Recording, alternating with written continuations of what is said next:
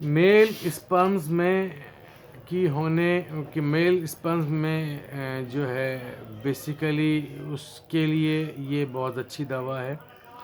میل sperms میں کی منی میں اگر اسپرمز کی مقدار کم ہو تو یہ اس اسپرمز کی مقدار کو بڑھاتی ہے، انہیں تقویت دیتی ہے۔ اس کے علاوہ ایزوسپرمیا میں یہ دوا بھی بہت زیادہ مددگار ثابت ہوتی ہے ان لوگوں میں جن کی اندر سیمین کی مقدار بالکل، سیمین کے اندر اسپرم کی مقدار بالکل زیرو ہو، نل ہو، اس کو یہ کور کرتی ہے اور نطفہ یعنی کہ اسپرمز کاؤنٹ کو بڑھاتی ہے، ان کو تقویت دیتی ہے، ان کے اندر ریپڈ جو کنڈیشن ہوتی ہے اسے بڑھاتی ہے۔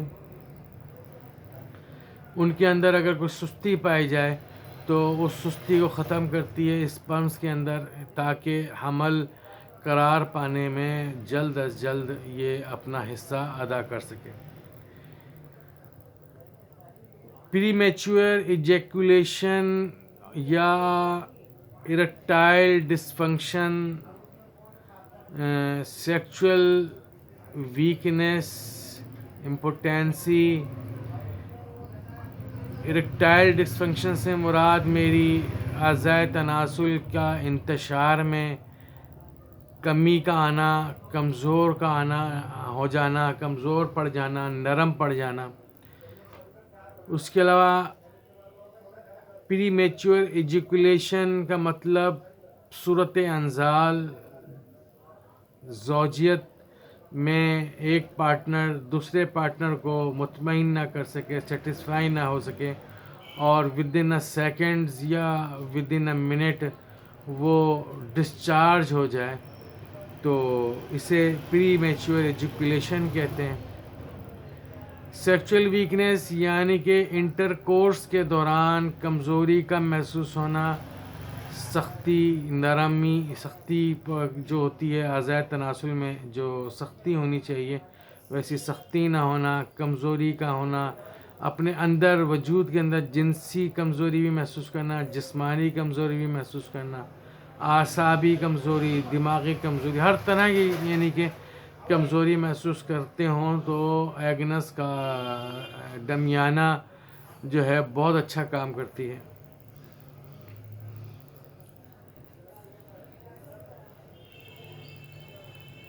یہ دوا ہومیوپیتھک میں لیبیڈو یعنی کہ موڈ کو بنانا یا جوش اور ولولے کو بڑھانے کی بہترین ادویات میں سے ایک دوا ہے۔ جریان، احتلام اور منی کے اخراج میں بہت اچھا کام کرتی ہے۔ اسٹیرلٹی ایک بیماری ہے جس کا مطلب ہے افزائش نسل بڑھانے کی صلاحیت کا نہ ہونا۔ منی میں افزائش نسل بڑھانے کی صلاحیت کا نہ ہونا یعنی اسپرم کاؤنٹ کا نل ہونا، بالکل بھی نہ ہونا۔ اسی طرح سے ایک اور کنڈیشن ہے جسے ہم انفرٹیلیٹی کہتے ہیں۔ اس کا مطلب یہ ہے کہ 12 ماہ سے لے کے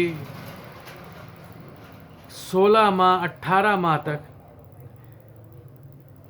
بنا کسی حفاظتی تدبیر کے ایک پارٹنر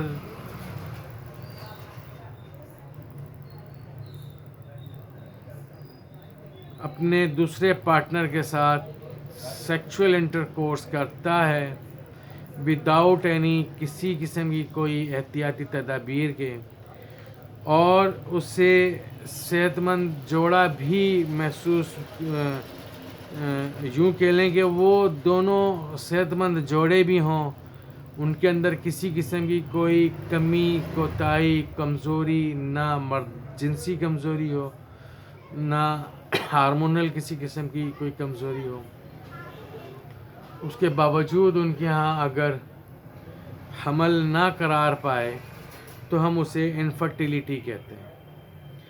یہ اس کیفیت کو بہت اچھے طریقے سے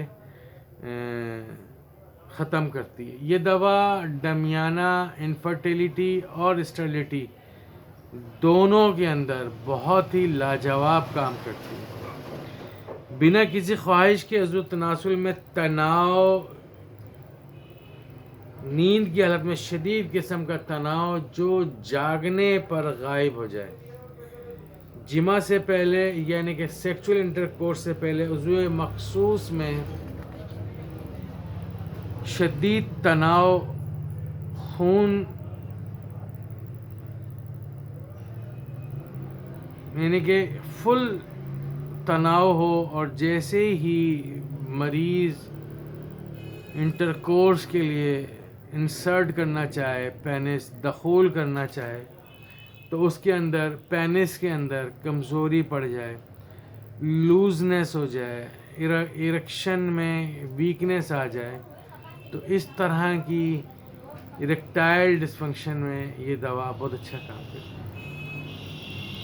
ضرورت سے زیادہ ہجیان کی ادویات یا وقتی تناؤ میں اضافے کی ادویات جیسے ویاگرا ہے، پینگرا ہے، سلائس ہے، کوبرا ہے، اس طرح کی بہت ساری ادویات مارکیٹ میں اویلیبل ہیں۔ اگر وہ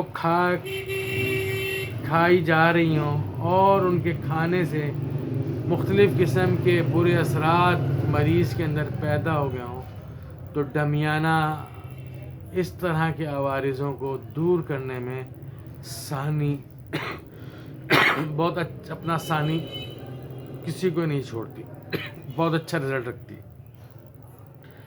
ٹائیفائڈ بخار کے بعد جنسی کمزوری کا ہو جانا، ملیریا بخار کے بعد یا ایسا بخار جو کئی دن کے رہا ہو، کافی عرصے تک رہا ہو، اور اس کے آنے کے بعد اس کے صحت یابی بخار کے ختم ہو جانے کے بعد ہونے والی اعصابی جنسی کمزوری یا تناؤ، اس میں یہ دوا بہت اچھا کام کرتی ہے۔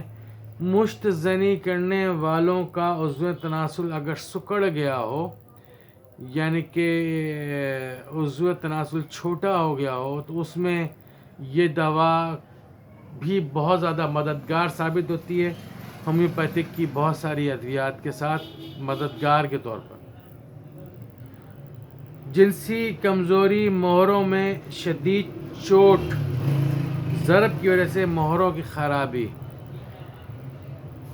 یعنی کہ کمر کے مہروں میں چوٹ لگ جانے کی وجہ سے ہونے والی جنسی کمزوری، جنسی اعضاء کی کمزوری، اعصابی کمزوری، مہروں میں کمر کے پٹھی میں جسے درد کا ہونا، اس میں مہروں کے اندر انفیکشن ہو جائے، خرابی ہو جائے، کمزوری محسوس ہو رہی ہو، کمر درد محسوس ہو رہا ہو، تو ہمیں ڈمیانہ کو کبھی نہیں بھولنا چاہیے۔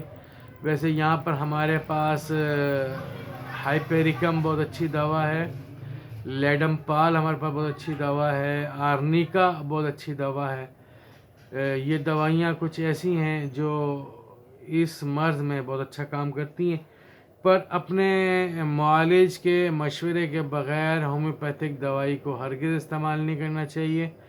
ہر چیز اپنا ذیلی اثر رکھتی ہے۔ اگر یہ انتہائی غلط ایک مفروضہ ہے لوگوں کے ذہن کے اندر کہ ہومیوپیتھک دوا اگر فائدہ بھی نہیں دیتی تو نقصان بھی نہیں دیتی، یہ بالکل سے غلط بات ہے۔ اس لیے ہومیوپیتھک دوائیوں کو اپنے معالج سے مشورہ کر کے استعمال کریں۔ اللہ تعالی ہم سب کا حامی و ناصر ہو۔ میں ہوں ہومیوپیتھک ڈاکٹر محمد حامد انصاری، سکھر سندھ، پاکستان سے۔ اگر آپ نے میرا چینل سبسکرائب نہیں کیا ہے تو پلیز سبسکرائب کیجئے اور لائک کیجئے۔ اگر کوئی سوال ہے تو وہ کمنٹ سیکشن میں آپ مجھ سے سوال کر سکتے ہیں، انشاءاللہ میں اپنی پوری کوشش کروں گا آپ کو جواب دینے کی۔ السلام علیکم ورحمۃ اللہ وبرکاتہ۔